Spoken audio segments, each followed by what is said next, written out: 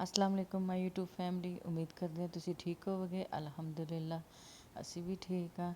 ਤੇ ਅੱਜ ਮੈਂ ਆਲੂ ਬੈਂਗਨ ਭਰ ਕੇ ਬਣਾਉਣੇ ਜਾ ਰਹੀ ਸੀ ਤੇ ਮੈਂ ਕਿਹਾ ਚਲੋ ਮੈਂ ਆਪਣੀ YouTube ਫੈਮਿਲੀ ਨਾਲ ਆਪਣੀਆਂ ਰੈਸਿਪੀ ਸ਼ੇਅਰ ਕਰਾਂ।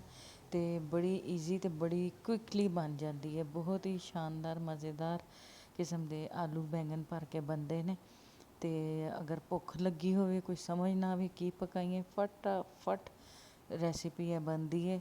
ਕੋਈ ਲੰਮਾ ਚੌੜਾ ਕੋਈ ਚੱਕਰ ਨਹੀਂ। ਫਟਾਫਟ ਆਲੂ ਕੱਟੋ, ਬੈਂਗਨ ਕੱਟੋ ਤੇ ਮਸਾਲਾ ਡਰਾਈ ਮਸਾਲਾ ਤਿਆਰ ਕਰਨਾ ਹੈ ਤੇ ਉਹ ਫਟਾਫਟ ਇਹਨਾਂ ਵਿੱਚ ਭਰ ਲੈਣਾ।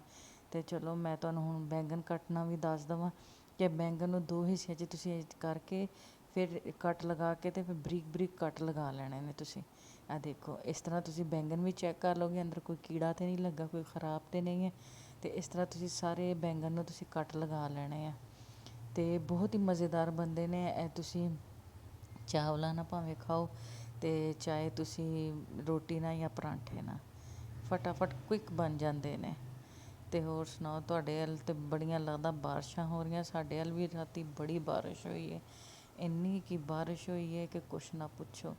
ਬਿਜਲੀ ਇੰਨੀ ਕਿ ਗੜਕੀ ਹੈ ਕਿ ਦਿਲ ਹੀ ਨਾਲ ਧੜਕਦਾ ਹੀ ਰਹਿ ਗਿਆ। ਅਤੇ ਬਹੁਤ ਪਰੇਸ਼ਾਨ ਸੀਗੇ ਅਸੀਂ ਇੰਨੇ ਕਿ ਬਿਜਲੀ ਇੱਥੇ ਸਾਡੇ ਇੱਕ ਕਰੀਬੀ ਟਾਵਰ ਸੀ ਉਹਦੇ ਉੱਪਰ ਪਈ ਹੈ।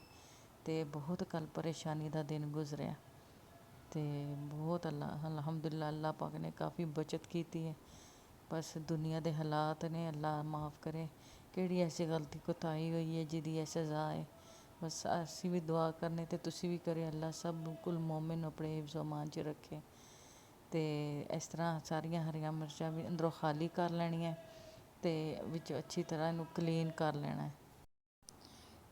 ਬੜੀ ਮਜ਼ੇਦਾਰ ਇਹ ਮਿਰਚਾਂ ਬਣਦੀਆਂ ਨੇ, ਤੁਸੀਂ ਵੀ ਲਾਜ਼ਮੀ ਹੈ ਟਰਾਈ ਕਰਿਓ। ਅਤੇ ਚਲੋ ਹੁਣ ਆਪਣੀ ਸਟੋਰੀ ਟਾਈਮ ਆ ਗਈ ਹੈ। ਮੈਂ ਥੋੜ੍ਹੀ ਜਿਹੀ ਆਪਣੀ ਜ਼ਿੰਦਗੀ ਦੀ ਸਟੋਰੀ ਤੁਹਾਡੇ ਨਾਲ ਸ਼ੇਅਰ ਕਰਾਂਗੀ ਕਿ ਜਦੋਂ ਮੇਰਾ ਘਰ ਬਾਰ ਹਰ ਚੀਜ਼ ਵਿਕ ਮੁੱਕ ਗਿਆ ਅਤੇ ਫਿਰ ਮੈਂ ਅੱਲਾਹ ਅੱਗੇ ਦੁਆ ਕੀਤੀ। ਅੱਲਾਹ ਪਾਕ ਨੇ ਮੇਰੇ 'ਤੇ ਆਪਣਾ ਖ਼ਾਸ ਕਰਮ ਕੀਤਾ ਅਤੇ ਮੇਰੀ ਜ਼ਿੰਦਗੀ ਦੁਬਾਰਾ ਤੋਂ ਸਟੈਂਡ ਹੋ ਗਈ।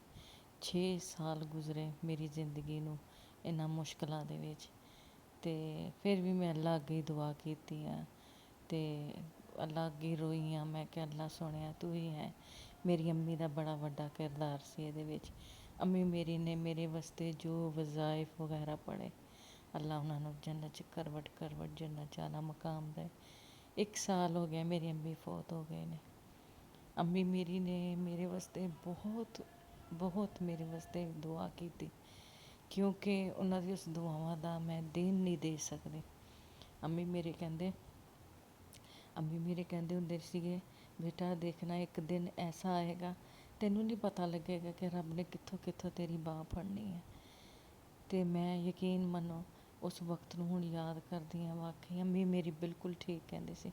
ਕਹਿੰਦੇ ਬੱਚਿਆ ਹੁਣ ਇਹ ਵਕਤ ਇਸ ਤਰ੍ਹਾਂ ਦਾ ਇੱਥੇ ਤੈਨੂੰ ਸਮਝ ਨਹੀਂ ਆਉਣੀ ਕਿ ਅਸੀਂ ਜੋ ਅੱਲਾਹ ਦਾ ਕਲਾਮ ਪੜ੍ਹਿਆ ਵਾ ਉਹ ਸਾਡਾ ਰਾਏਗਾ ਨਹੀਂ ਜਾਏਗਾ। ਇੱਕ ਨਾ ਇੱਕ ਦਿਨ ਆਏਗਾ, ਉਹਦੀ ਜਗ੍ਹਾ ਬਣੇਗੀ। ਇਸ ਦੁਨੀਆ 'ਤੇ ਨਹੀਂ ਬਣੇਗੀ ਤਾਂ ਆਖਰਤ 'ਚ ਬਣ ਜਾਏਗੀ, ਪਰ ਉਹਦਾ ਅਜਰ ਤੈਨੂੰ ਜ਼ਰੂਰ ਮਿਲੇਗਾ। ਮੈਂ ਆਪਣੀ ਅੰਮੀ ਨਾਲ ਬਹੁਤ ਕਲੋਜ਼ ਸੀ, ਬਹੁਤ ਪਿਆਰ ਕਰਦੀ ਸੀ। ਮੇਰੀ ਅੰਮੀ ਮੇਰੀ ਦੋਸਤਾਂ ਦੀ ਤਰ੍ਹਾਂ ਸੀ। ਅਸੀਂ 4 ਭੈਣਾਂ ਹੈ। 4 ਭੈਣਾਂ 'ਚ ਮੇਰਾ ਦੂਸਰਾ ਨੰਬਰ ਹੈ। ਪਰ ਮੇਰੀ ਅੰਮੀ ਸਭ ਨਾਲੋਂ ਜ਼ਿਆਦਾ ਮੇਰੇ ਨਾਲ ਕਲੋਜ਼ ਸੀ ਕਿਉਂਕਿ ਸਭ ਨਾਲੋਂ ਪਹਿਲੇ ਮੇਰੀ ਸ਼ਾਦੀ ਹੋਈ ਸੀਗੀ। ਅਤੇ ਅੰਮੀ ਨਾਲ ਹਰ ਦੁੱਖ ਸੁੱਖ ਹਰ ਗੱਲਬਾਤ ਅੰਮੀ ਨੇ ਮੇਰੇ ਨਾਲ ਸ਼ੇਅਰ ਕਰਨੀ। ਅੰਮੀ ਮੇਰੀ ਸਹੇਲੀਆਂ ਦੀ ਤਰ੍ਹਾਂ ਸੀਗੀ ਮੇਰੇ ਨਾਲ।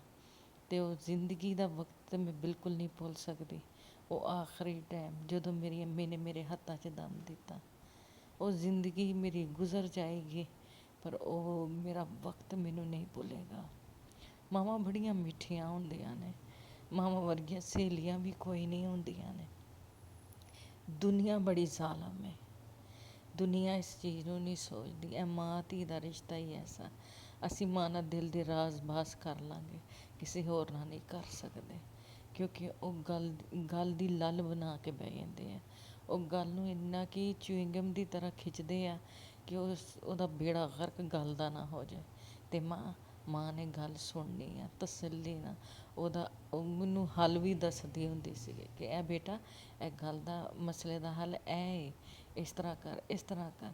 ਅੱਜ ਉਹ ਮੇਰੀ ਮਾਂ ਦੁਨੀਆ ਤੋਂ ਤਾਂ ਟੁਰ ਗਈ ਹੈ ਪਰ ਮੈਨੂੰ ਇੰਨਾ ਕਿ ਮੈਚਿਓਰ ਕਰ ਗਈ ਹੈ ਕਿ ਮੈਂ ਹੁਣ ਕਿਸੇ ਕੋਲ ਮਸ਼ਵਰਾ ਨਹੀਂ ਲੈਂਦੀ। ਮੈਂ ਆਪਣੀ ਮਾਂ ਦੀਆਂ ਗੱਲਾਂ ਯਾਦ ਕਰ ਲੈਂਦੀ ਹਾਂ, ਫਿਰ ਮੇਰੀ ਜ਼ਿੰਦਗੀ ਬੜੀ ਸੋਹਣੀ ਹੋ ਜਾਂਦੀ ਹੈ। ਬਸ ਆਪਣੀ ਇਮੋਸ਼ਨਲ ਗੱਲਾਂ ਦੇ ਵਿੱਚ ਮੈਂ ਤੁਹਾਨੂੰ ਡਰਾਈ ਮਸਾਲਾ ਦੱਸਣਾ ਭੁੱਲ ਗਈ ਹਾਂ।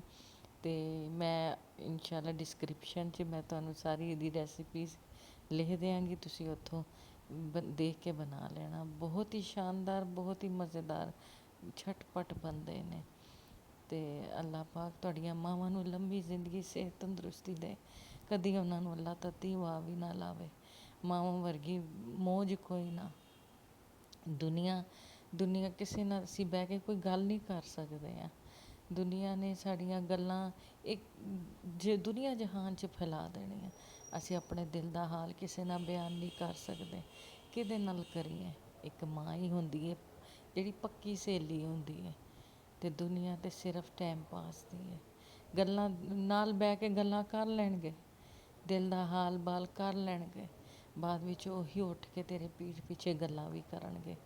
ਅਤੇ ਹਾਂ ਨਹੀਂ ਹੈ ਦੇਖ ਨਹੀਂ ਫਲਾਣੀ ਇੰਝ ਨਾ। ਮਾਵਾਂ ਬੜੀਆਂ ਮਿੱਠੀਆਂ ਨੇ। ਮਾਵਾਂ ਵਰਗੀ ਕੋਈ ਹੈ ਹੀ ਨਹੀਂ ਹੈ। ਅੱਲਾਹ ਪਾਕ ਤੁਹਾਡੀਆਂ ਮਾਵਾਂ ਨੂੰ ਵੀ ਸਲਾਮਤ ਰੱਖੇ ਅਤੇ ਮੇਰੀ ਮਾਂ ਨੂੰ ਅੱਲਾਹ ਜੰਨਤ 'ਚ ਆਲਾ ਮਕਾਮ ਦੇਵੇ। ਅਤੇ ਤੁਸੀਂ ਵੀ ਮੇਰੀ ਧੀਓ ਭੈਣ ਆਪਣੀ ਮਾਂ ਦੀ ਬੜੀ ਖਿਦਮਤ ਕਰਿਆ ਕਰੋ। ਮਾਂ ਬਾਪ ਤੇ ਆਲਾ ਮਕਾਮ ਹੈ। ਬਾਪ ਦਾ ਵੀ ਕੋਈ ਦਰਜਾ ਨਹੀਂ, ਬਾਪ ਵਰਗੀ ਕੋਈ ਮੌਜ ਨਹੀਂ। ਜੇ ਮਾਂ ਜੰਨਤ ਹੈ ਅਤੇ ਜੰਨਤ ਦਾ ਦਰਵਾਜ਼ਾ ਸਾਡਾ ਬਾਪ ਹੈ। ਆਪਣੇ ਬਾਪ ਦਾ ਵੀ ਖ਼ਾਸ ਖਿਆਲ ਰੱਖਿਆ ਕਰੋ। ਅੰਮੀ ਦੀ ਫੌਤਗੀ ਤੋਂ ਬਾਅਦ ਅੱਬੂ ਬੜੇ ਇਕੱਲੇ ਹੋ ਗਏ ਅਤੇ ਅੱਬੂ ਨੂੰ ਬੜੀ ਮੁਸ਼ਕਿਲ ਨਾਲ ਅਸੀਂ ਸੰਭਾਲਿਆ। ਅੱਬੂ ਦਿਨ ਰਾਤ ਅੰਮੀ ਦੀ ਚਾਰਪਾਈ ਨੂੰ ਵੇਖ ਕੇ ਰੋਂਦੇ ਰਹਿੰਦੇ ਸੀ। ਬਹੁਤ ਬਿਮਾਰ ਹੋ ਗਏ। ਬੜੀ ਮੁਸ਼ਕਿਲ ਨਾਲ ਅੱਬੂ ਨੂੰ ਸਮਝਾਇਆ, ਅੱਬੂ ਅੰਮੀ ਦੇ ਬਾਅਦ ਤੁਸੀਂ ਤੇ ਹੋ ਸਾਡਾ ਸਾਰਾ ਕੁਛ।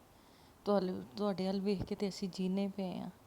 ਆਪਣੇ ਆਪ ਨੂੰ ਨਾ ਬਿਮਾਰ ਕਰੋ, ਸਾਡਾ ਪੇਕਾ ਮੁੱਕ ਜਾਏਗਾ। ਮਾਂ ਤਾਂ ਚਲ ਗਈ ਹੈ, ਤੁਹਾਡੇ ਵੱਲ ਵੇਖ ਕੇ ਅਸੀਂ ਜੀਣਾ ਹੈ। ਅਤੇ ਆਪਣੇ ਆਪ ਦੀ ਹਿੰਮਤ ਤਾਕਤ ਬਣਾਓ। ਅੱਬੂ ਦੇ ਮਿੰਨਤ ਤਰਲਾ ਕਰਕੇ ਅੱਬੂ ਨੂੰ ਦੁਬਾਰਾ ਜ਼ਿੰਦਗੀ 'ਚ ਵਾਪਸ ਲੈ ਕੇ ਆਏ। ਅਤੇ ਰੋਜ਼ ਸਾਡੀ 4 ਭੈਣਾਂ ਦੀ ਰੂਟੀਨ ਹੈ।